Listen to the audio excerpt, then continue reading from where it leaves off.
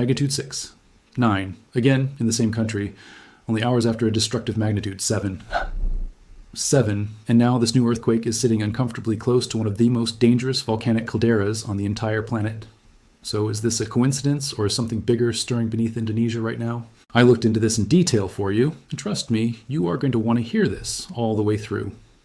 Well, here is your daily earthquake update, and honestly, the big ones just keep coming, one after another. We absolutely have to talk about Indonesia today, because it has just been hit by another major earthquake. This one is strange for a completely different reason than what you might be expecting. So let's start with the numbers. The USGS is reporting a magnitude 6.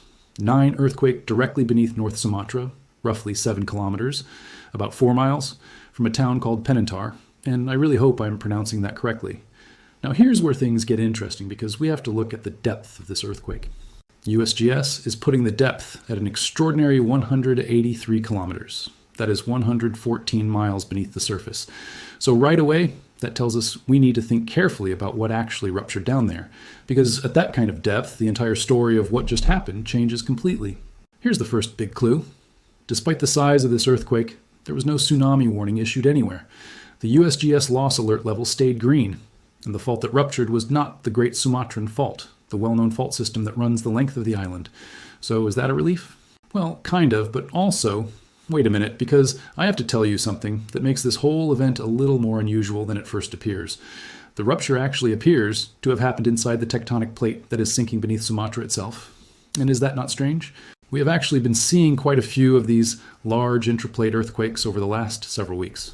So in one sense, we can breathe a little easier knowing it was not the big, dangerous subduction zone fault, but at the same time, this pattern is genuinely a little unusual, and it deserves a closer look.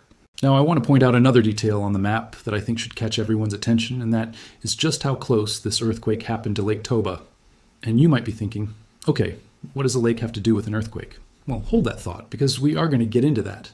But first, let's clear up something important, because there are actually 2 slightly different magnitude numbers circulating right now for this same event. The USGS reviewed solution puts it at magnitude 6, 9, at a depth of 183.2 kilometers. Meanwhile, Indonesia's own agency, BMKG, is reporting a magnitude of 6, 4, placing the depth at 168 kilometers, roughly 104 miles, located about 11 kilometers southeast of Simalungun. Now, I want to be very clear here. These 2 different numbers do not mean we are dealing with 2 separate earthquakes. What is actually happening is that 2 different agencies are calculating the exact same very deep event using different seismic networks and slightly different modeling methods, and that naturally produces slightly different results. But honestly, the depth is really the most important detail here, and I cannot stress that enough. Because if a magnitude 6, 9 earthquake had ruptured shallow, say 8 or 10 kilometers down, underneath this heavily populated part of North Sumatra, this could have turned into a completely different kind of disaster. And you have already seen exactly what that looks like, because just yesterday we had that magnitude 7 earthquake in the Venezuela and Colombia region that came with an actual tsunami. So the contrast here is significant. Instead of rupturing shallow, this earthquake happened extremely deep beneath the island, deeper than the crust itself in this region. That tells us this earthquake occurred inside the descending Indo-Australian plate, which is essentially the tectonic plate that is being forced downward and beneath the Sunda plate as part of ongoing subduction. And honestly, that detail alone answers what is probably your biggest question, which is, which fault actually caused this? Because here's the thing, there is no single named surface fault that you can simply point to on a map and say, this is exactly what ruptured. This was not a rupture along the Great Sumatran Fault, and I really want to emphasize that point because it matters a lot. According to BMKG, the mechanism behind this earthquake is best described as oblique normal faulting, which basically means a combination of downward motion combined with a sideways shearing action. And this all occurred inside the subducting slab itself. In other words, the plate that is gradually disappearing beneath Sumatra appears to have internally fractured under the sheer stress of being forced downward into the mantle. I think it is really important that we draw a clear distinction here, because the Great Sumatran Fault is a shallow crustal fault. A shallow rupture is exactly the kind of thing that would genuinely scare us, and it is exactly the kind of event that could have been catastrophic in such a densely populated region. The Great Sumatran Fault runs for an enormous distance along the length of the island and is fully capable of producing very destructive, shallow earthquakes when it ruptures. But this particular earthquake happened way, way deeper than that. And when a rupture starts that deep underground, It is generally not expected to tear its way all the way upward and create some kind of dramatic, visible surface crack, the way we have seen with certain earthquakes elsewhere, like that Etna-related earthquake event over in Sicily that I will actually put in the end screen for you to check out afterward. So instead of that kind of dramatic surface rupture, what actually happens with a deep earthquake like this one is that the seismic waves have to travel a long way upward, working their way through the mantle and then the crust, before they finally reach the cities sitting above. And that long upward journey weakens the shaking substantially by the time it arrives at the surface. This produces one of the strangest and most counterintuitive signatures you will see with deep earthquakes. They can actually be felt across an enormous geographic area without producing the kind of catastrophic surface shaking that the raw magnitude number alone, in this case 6, 9, might otherwise suggest to you. And that is exactly what happened here today. Let's go through what people on the ground actually reported. Strong shaking was reported for approximately 30 seconds in Simalungun, Medan, and Pakpak Barat. Meanwhile, Tapanuli Tengah reported shaking that lasted closer to 10 seconds. The estimated shaking intensity in the strongest areas comes out to around a level 5. And now listen closely to this next number, because it really puts things into perspective, especially when you think about how many people would have been affected if this earthquake had actually been shallow instead of deep. USGS modeling estimates that roughly 10.7 million people experienced moderate shaking, that intensity level 5 range, and another 5.8 million people experienced light shaking in the intensity level 4 range. That means potentially more than 16 million people in total were exposed to noticeable shaking from this event, despite the source of the earthquake sitting more than 100 miles beneath them. So naturally, the next question is, where is the damage? And is there any damage at all? And thankfully, the depth of this earthquake really did make an enormous difference here. As of right now, I can confirm that there are no reports of major structural damage tied to this North Sumatra earthquake. Emergency response agencies currently have personnel out in the field assessing the affected areas, actively checking for both damage and any potential casualties. But I do want to be careful with how we phrase this, because it does not mean that every single building in the region escaped completely unscathed. What it actually means is that there is currently a meaningful difference between saying no major damage has been officially confirmed and saying that no damage occurred at all. And those two statements are simply not the same thing. We are already seeing some localized cracking, damaged ceilings, and masonry failures showing up in weaker or older structures. And it is worth remembering that this kind of damage information often takes hours to fully make its way into official reporting channels. Now here is the other major reason this particular earthquake is drawing so much attention, and it comes down to exactly where it happened. Just look at the location relative to Lake Toba, one of the largest volcanic calderas anywhere on planet Earth. Depending on whether you are referencing the BMKG epicenter location or the USGS epicenter location, this earthquake occurred somewhere between roughly 35 and 50 kilometers away from the Toba region, which works out to about 22 to 31 miles. And if you pull that up on a map, I will be honest with you, it looks genuinely alarming at first glance. But thankfully, once we start looking at this from a geological perspective, the depth tells a very different story than the map alone would suggest. Toba itself is a volcanic system that sits within the crust. But this earthquake occurred so far beneath it, essentially inside the descending tectonic plate, that there is currently no evidence connecting the two. There's no indication that this was a volcanic earthquake, and there's no evidence at all that Toba is entering any kind of eruption phase because of this event.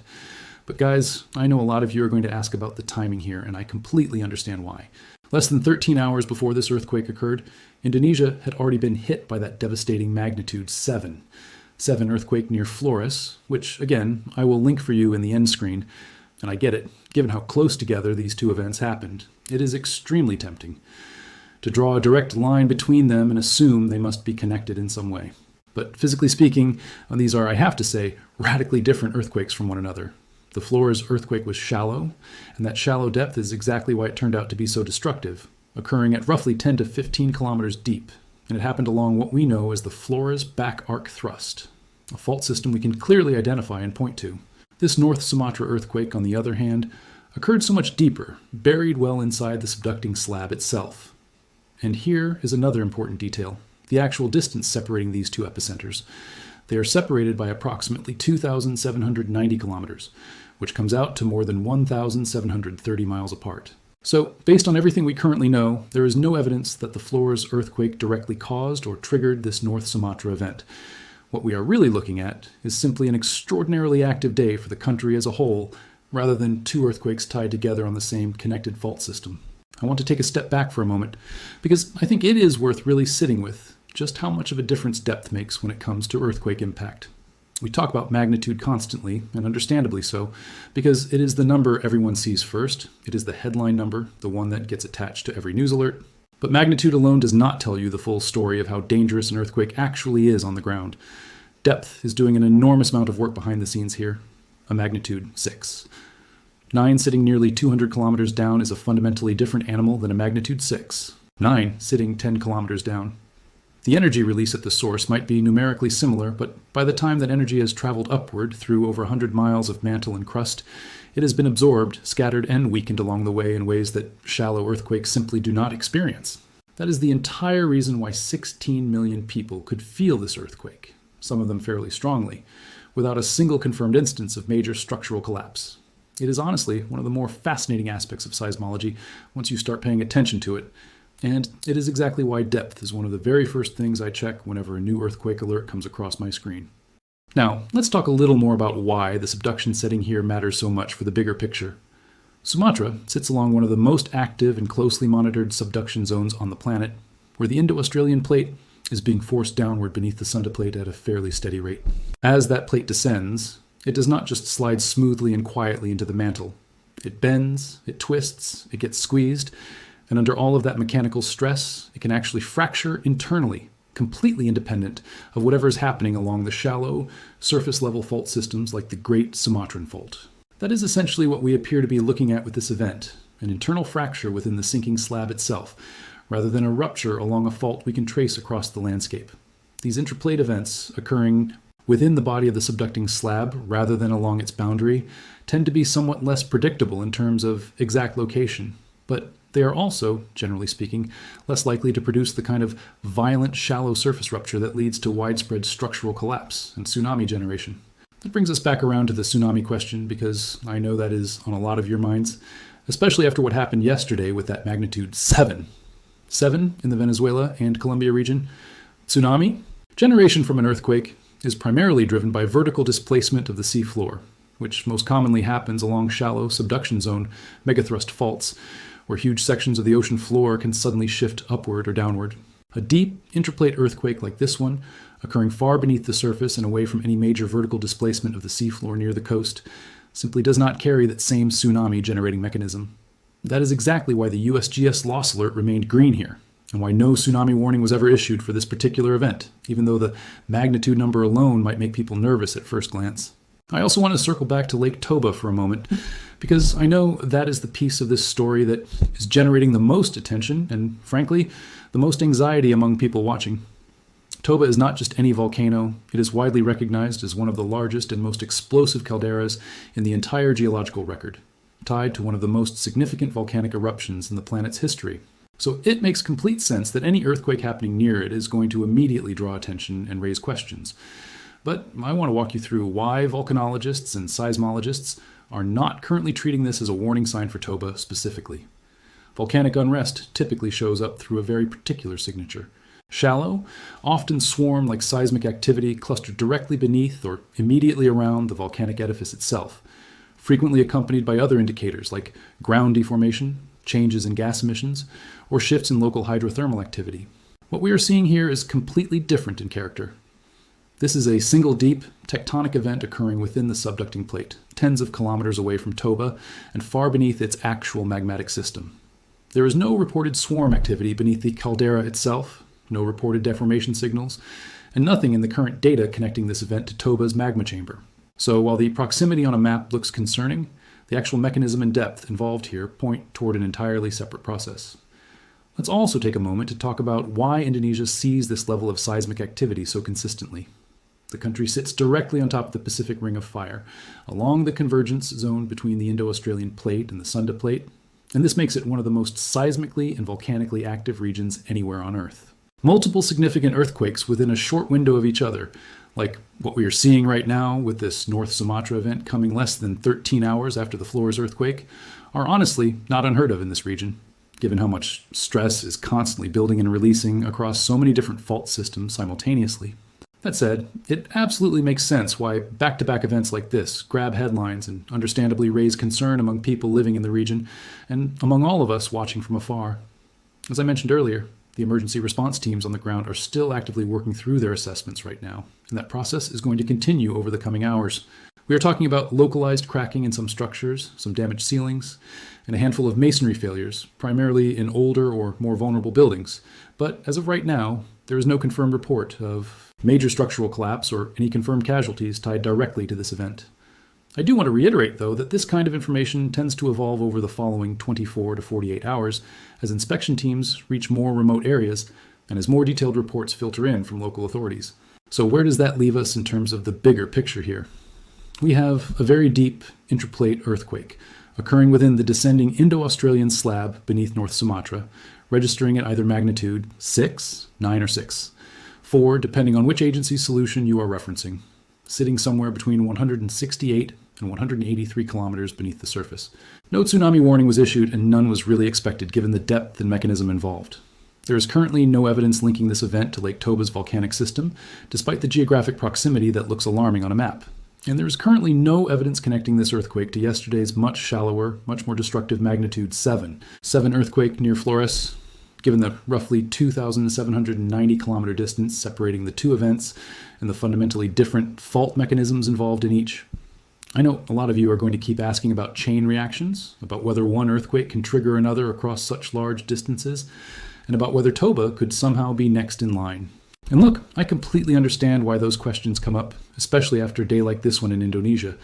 But based on everything currently available from USGS and BMKG, what we are looking at here are two separate, mechanically distinct earthquakes that simply happen to occur close together in time, within the same seismically very active country, rather than a single connected chain of triggered events. That does not mean we stop paying attention, not even close. It just means we let the actual data guide the conversation rather than jumping ahead of what the evidence currently supports. I also want to address something that always comes up in the comments whenever we cover back-to-back earthquakes like this, and that is the question of whether this many significant events happening so close together in time is itself unusual, or whether it is simply what active plate boundaries look like when you are actually paying close attention. Indonesia experiences thousands of earthquakes every single year, the vast majority of them far too small to ever make headlines or even register with most people living there. What changes on days like today is not necessarily that the underlying rate of activity has shifted dramatically, it is that we happen to get two events large enough, in this case a 7 and a 6, 9, to both cross that threshold of public attention within the same 13-hour window. When you're sitting on top of one of the most active convergent plate boundaries on the planet, clusters like this are going to happen from time to time, purely as a matter of probability, without necessarily indicating that some larger coordinated process is unfolding underground. That said, I do want to be fair to the concern here, because it is a completely reasonable thing to wonder about. Stress transfer between fault systems is a real, well-documented phenomenon in seismology, where a large earthquake on one fault can, in some cases, measurably increase or decrease stress on nearby fault systems, sometimes advancing the timing of a future rupture. But that kind of triggering effect is generally most relevant across relatively short distances, think tens of kilometers, not the nearly 2,800 kilometers separating the Flores event from this North Sumatra event. At that kind of distance, and with two earthquakes occurring through such different mechanisms, one shallow and thrust-related, the other deep and occurring within the body of a subducting slab, there simply is not a well-established physical pathway connecting the two in the way viewers are understandably picturing when they use the word chain reaction. Let's also talk briefly about what happens next from a monitoring perspective, because I know a lot of you want to know what to actually watch for going forward. Seismologists at both USGS and BMKG will be watching the aftershock sequence from this North Sumatra event closely over the coming days, since aftershock patterns can sometimes offer additional clues about the exact geometry of what ruptured within the slab. They will also continue watching Toba itself for any of the more typical volcanic unrest indicators I mentioned earlier: shallow seismic swarms, ground deformation measured through GPS and satellite radar, and changes in gas emissions or hydrothermal activity around the Caldera. As of right now, none of those indicators are being reported in connection with today's earthquake, and that absence of evidence is itself meaningful, because it is exactly the kind of signal that monitoring agencies are specifically trained to watch for after any earthquake occurs near a major volcanic system like this one. I also think it is worth mentioning how quickly and how well the monitoring systems in this region actually perform today, because that often gets lost in the more dramatic parts of the story. Within minutes of the earthquake occurring, USGS had already published an initial magnitude and depth estimate, and shortly after that, a reviewed solution followed with more refined numbers. BMKG, working with its own regional seismic network, published its own independent solution around the same general time frame. Having two separate agencies, using two separate networks, arrive at broadly similar conclusions about the depth and general location of this event is actually a good sign, because it means the underlying data is solid, even if the exact magnitude estimates differ slightly, which is completely normal and expected for events at this kind of depth. I also want to leave you with a bit of perspective on Lake Toba itself, just so everyone watching understands why this location gets so much attention every single time an earthquake happens anywhere near it. Toba's last truly massive eruption occurred tens of thousands of years ago, and it is generally regarded by researchers as one of the largest volcanic events in the last couple million years, if not longer.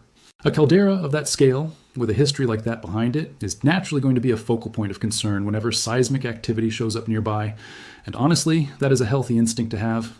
Monitoring agencies take that seriously too, which is exactly why Toba has dedicated seismic and deformation monitoring in place, so that if genuine volcanic unrest ever did begin building, there would be a real chance of catching it early through the kind of shallow swarm activity and ground deformation signals I described earlier, rather than it coming as a surprise. Right now, none of those systems are flagging anything unusual, and that is genuinely reassuring, even while today's deep earthquake naturally draws the eye toward the caldera on a map. I think the bigger takeaway from everything we have gone through today is just how much nuance sits underneath a single headline number like magnitude 6. 9. On the surface, that number alone can sound alarming, especially paired with a caldera like Toba sitting nearby and another major earthquake having struck the same country less than a day earlier. But once you actually dig into the depth, the fault mechanism, the distance between events, and what the monitoring agencies are and are not seeing, a much clearer and frankly much less alarming picture starts to emerge. That is really the whole point of walking through these details with you instead of just reading off a headline, because the difference between a shallow, destructive rupture and a deep, widely felt but comparatively low damage event can completely change what a community needs to prepare for and respond to. I will absolutely keep you updated as more information comes in from both USGS and BMKG over the coming hours and days, especially as damage assessments continue, and as we watch to see whether any meaningful aftershock sequence develops from either of these two events. And again, make sure you check out those other videos I mentioned, the one covering yesterday's Flores earthquake and tsunami, along with that Etna-related event over in Sicily, both linked for you in the end screen right now. It really is remarkable and honestly a little unsettling just how much seismic activity we have seen packed into such a short window of time. So stay with me, stay informed, and I will keep breaking these events down for you as they continue to develop. Thanks so much for watching, everybody, and I will see you in the next one. Bye-bye.